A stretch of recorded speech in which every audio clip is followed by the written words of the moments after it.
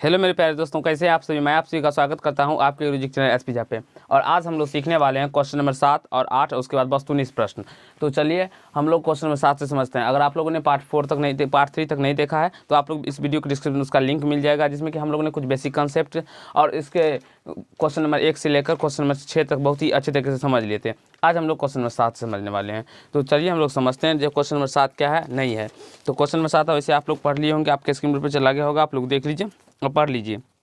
Question number 7 है मेरा जी। एक परीक्षा में एक कक्षा के 51 विद्यार्थियों द्वारा 100 में से प्राप्त किए गए अंक सारणी में दिए गए हैं। मतलब 100 में से प्राप्त किए जितने अंक प्राप्त किए वो सारणी में दिया गया है।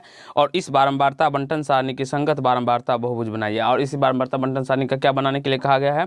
संगत बारंबारता बहुभुज बनाने के लिए। तो सबसे पहले आप लोग को बारंबारता बहुभुज बनाने के लिए आयत चित्र का बनाना होगा। आयत चित्र बनाने के लिए आप लोग को एक्स एक्सिस और वाई एक्सिस की जरूरी होगा। तो सबसे पहले आप लोग एक्स एक्सिस खींच लीजिएगा और वाई एक्सिस खींच लीजिएगा।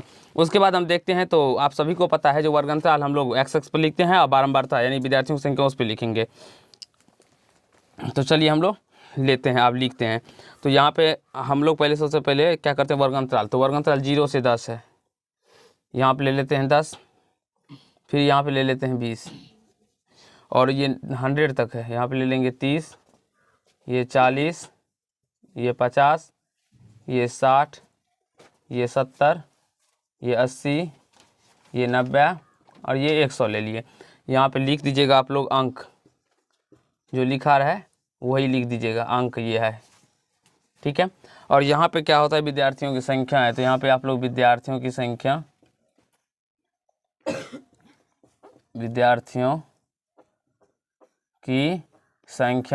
लिख लीजिएगा।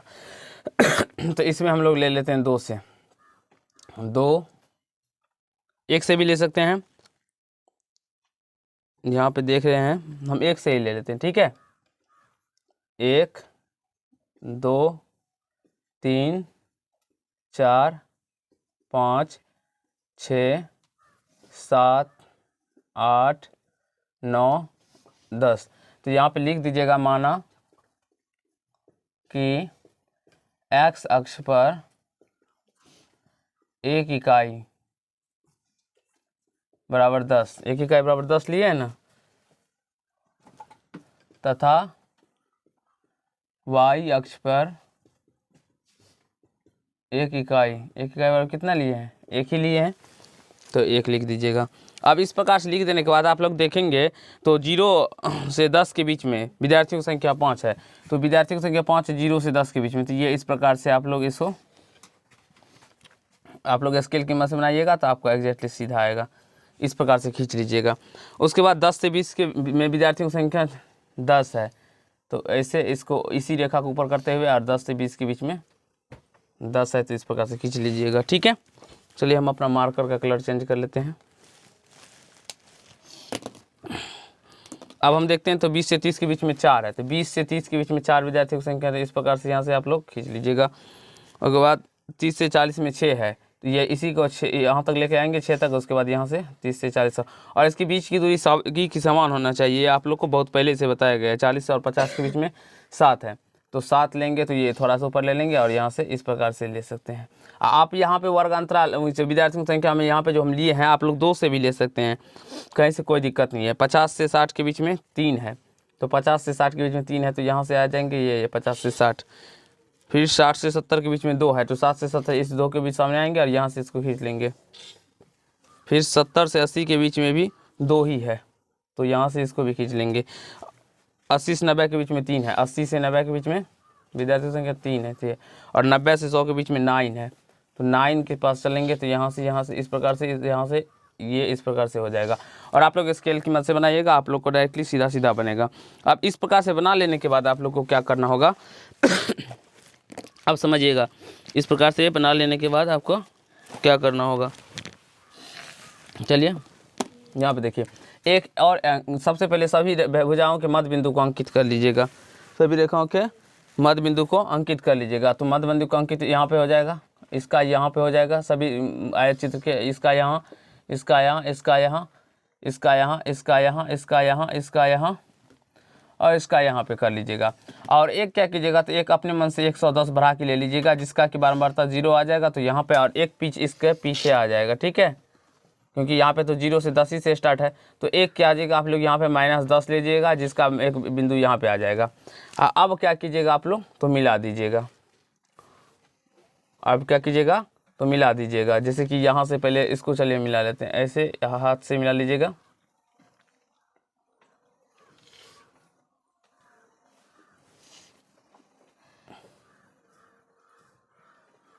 फिर यहाँ से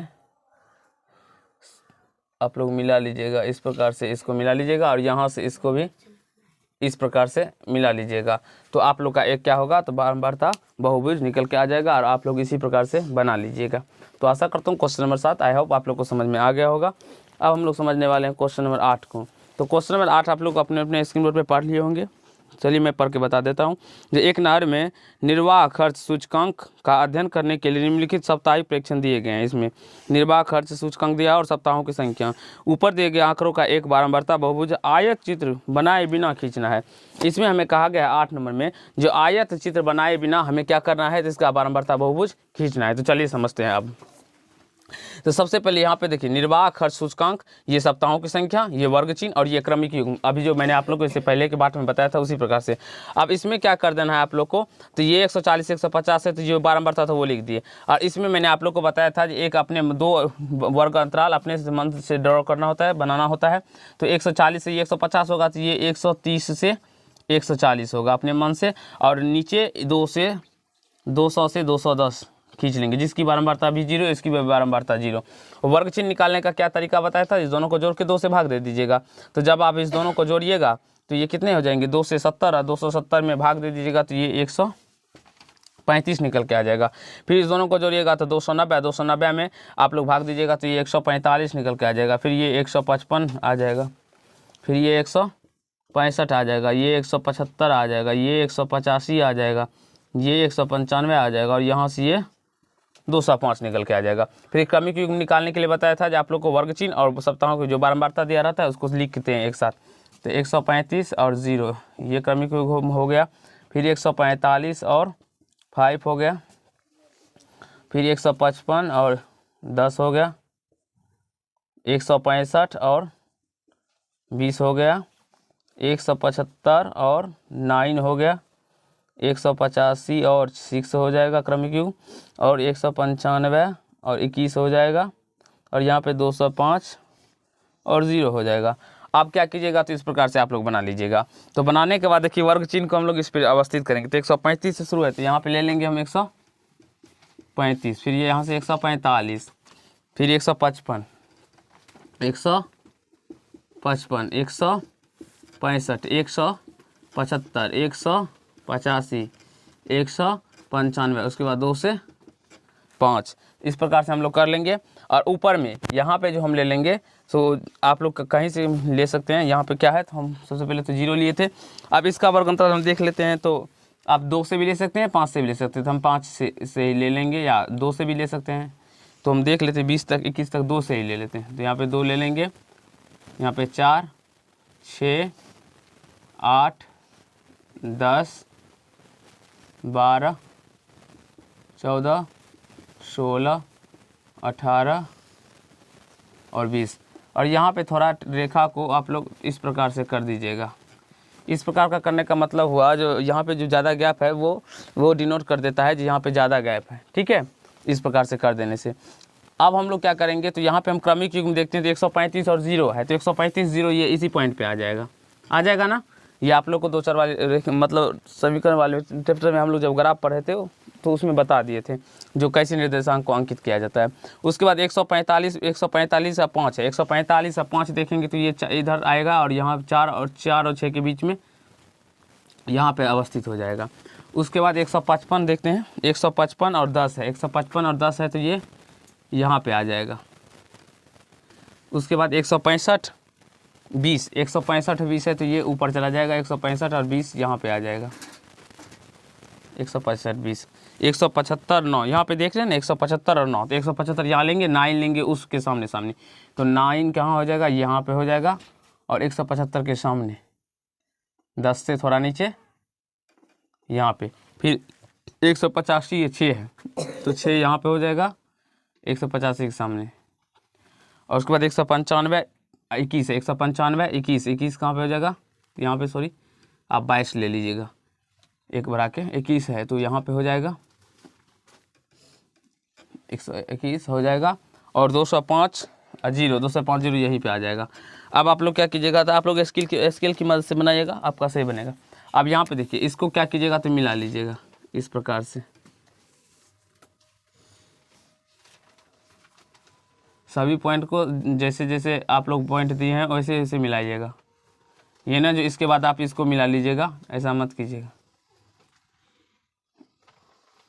ये इस प्रकार से आप लोग का बन के निकल के आ जाएगा।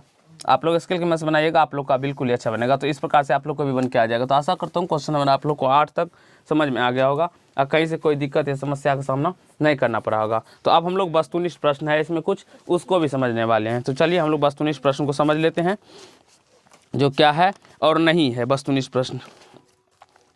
तो वस्तुनिष्ठ, अब यहाँ से हम लोग वस्तुनिष्ठ प्रश्न करते हैं, ठीक है। वस्तुनिष्ठ प्रश्न में आप लोग को पहले से करवाया रहता है, वही चीज़ का आप लोग को ध्यान से देखना होगा। जो आप लोगों को कंसेप्ट दिया जाता है पहले, उसी को अगर आप लोग याद रखते हैं तो आप लोगों से बनते चलेंगे वस्तुनिष्ठ प्रश्न, ठीक है। एक नंबर में कहा गया है, जो आंकड़ों के दंड आलेख में दंडों के निर्माण में किसका महत्व होता है। तो दंडों की लंबाई का आंकड़ों के दंडों के निर्माण में महत्व होता है, ठीक है। तो ए नंबर हो जाएगा इसका आंसर। 2 का अगर बात करें, वैसे आप लोग को क्वेश्चन दिखाई पड़ता होगा स्क्रीन बोर्ड पे, आप लोग देखते रहिए। दूसरे नंबर, वर्ग मापों और संगत बारंबारताओं को लेकर खींचे गए आलेख को क्या कहते हैं। आयत चित्र खींचा जाता है। वर्ग मापों और बारंबारता को लेकर क्या खींचते हैं, आयत चित्र खींचते हैं। अब तीसरे नंबर में कहा गया है, जो वर्गों के वर्ग चिन्ह और संगत बारंबारताओं के को क्रमशः x निर्देशांक और y निर्देशांक लेते हुए अंकित बिंदुओं के रेखा द्वारा मिलने पर प्राप्त आलेख क्या कहलाता है। तो बारंबारता बहुभुज, अभी देखिए ना एक्स एक्स पर वाई एक्स के बिंदु लिए हुए हैं ना यहाँ पे, और ये क्या प्राप्त हुआ हमको, बारंबारता बहुभुज प्राप्त हुआ। तो 3 का सी नंबर हो जाएगा, बारंबारता बहुभुज। अब हम लोग 4 नंबर देखिए। 4 नंबर का है, जो असमान वर्ग मापों की स्थिति में आयत चित्र बनाने में आयत की लंबाई का सूत्र से प्राप्त होती है। आयत कहा गया बनाने में आयत की लंबाई किस सूत्र से प्राप्त होती है। तो आयत की लंबाई हमें प्राप्त करने के लिए 4 को आपका ए नंबर जो है वो हो जाएगा, बारंबारता बटे वर्ग माप अगुना सबसे कम वर्ग माप, ये हो जाएगा इसका आंसर। 5 नंबर देखेंगे अब हम लोग। ये सभी सूत्र है और आप लोग को बेसिक पार्ट 1 पार्ट 2 में ही बता दिया गया है इस टाइप के प्रश्न को, मतलब इस टाइप का कंसेप्ट को। 5 नंबर, आयत चित्र खींचने के लिए वर्गों को कैसा होना चाहिए। तो आप सभी को पता होगा, जो आयत चित्र खींचने के लिए हमें वर्ग अतिव्यापी होना चाहिए, क्योंकि अनतिव्यापी में हम लोग खींच नहीं पाएंगे। समान वर्ग मापों की स्थिति में आयत चित्र के निर्माण में आयत की चौड़ाई बराबर होती है। आयत की चौड़ाई जो बराबर होती है वर्ग की लंबाई की बराबर होती है। क्या किसकी बराबर होती है, आयत की चौड़ाई वर्ग की लंबाई की बराबर, अगर समान है तो तभी होगा ये, केवल 6 नंबर। और 7 नंबर देखिए। 7 नंबर में कहा गया है, जो समान वर्ग मापों की स्थिति में आयत की लंबाई किसके समानुपाती होती है। तो ये बारंबारताओं की समानुपाती होती है। आप लोग जब पढ़ेंगे या हमने आप लोग को जब आयत चित्र बताया था, तो आप लोग को बताया था जो आयत की जिस मापों की स्थिति लंबाइयाँ होती है वो उसकी बारंबारताओं की क्या होती है, समानुपाती होती है। अब 8 नंबर क्वेश्चन देखिए। 8 नंबर क्वेश्चन में कहा गया है, जो दिए गए चित्रों में 5 विद्यालय में वर्ग 9 की परीक्षा में 80% से अंक लाने वाले विद्यार्थियों की संख्या का दंड आलेख दिखाया गया है। विद्यालय क्यू में 80% से अधिक अंक लाने वाले विद्यार्थियों की संख्या, तो विद्यालय आप देखिए क्यू में कितना है, तो 40 है। तो डायरेक्टली आंसर आप लोग 40 दे दीजिएगा। आपका बी में 40 नंबर 40 है, तो ये आंसर क्या हो जाएगा आपका 40, क्योंकि क्यू में 80% 40 ही विद्यार्थी, मतलब 40 ही लाए हैं। और ये 10 20 30 40 जो दिया हुआ ये 80% से अधिक अंक लाने वाले विद्यार्थियों की संख्या है, ठीक है। 9 नंबर देखेंगे। 9 नंबर दिए गए चित्र में किसी स्वास्थ्य केंद्र में किसी दिन और मरीजों की संख्या का इस प्रकार से दिया गया है आयत चित्र। सबसे अधिक मरीजों की संख्या किस आयु वर्ग में थी। तो आप लोग देख लेंगे तो 70 से 80 यहाँ पे देखिए सबसे अधिक है, इसमें 6 मरीजों की संख्या थी। 70 से 80 के बीच में कितनी थी मरीजों की संख्या, तो 6, क्या हो जाएगी 70 से 80, सी नंबर। 10 नंबर क्वेश्चन देखिए। देखिए बहुत बच्चों वाला प्रश्न रहता है, आप लोग वस्तुनिष्ठ प्रश्न बनाते नहीं है, डर जाते हैं, इसलिए बनाना का प्रयास कीजिए। उपयुक्त प्रश्न के चित्र में बताया कि 40-50 आयु वर्ग के कितने मरीज हैं। 40-50 को देख लीजिएगा आप लोग, तो 5 है। ये सिंपली आप लोग भी बना सकते हैं इस प्रकार से। तो आशा करता हूँ दोस्त आप लोग को वस्तुनिष्ठ प्रश्न और इस चैप्टर के जितने प्रश्न थे वो सारे समझ में आ गए होंगे, कहीं से कोई दिक्कत या समस्या का सामना नहीं करना पड़ा होगा। अगर आप लोग को ये पाठ अच्छा लगा तो वीडियो को लाइक कीजिएगा, कमेंट कीजिएगा, शेयर कीजिएगा, और चैनल पर नहीं होंगे तो चैनल को सब्सक्राइब करके बेल आइकन को प्रेस करिएगा, जिससे मेरे हर एक वीडियो का नोटिफिकेशन आप तक पहुँचता रहे। और अगले पार्ट में हम लोग केंद्रीय प्रवृत्ति की माप, मेजरमेंट यानी कि माध्य, माध्यिका, बहुलक के बारे में सीखेंगे और उससे भी अच्छे तरीके से समझने का प्रयास करेंगे। तो धन्यवाद, आज के पार्ट में इतना ही।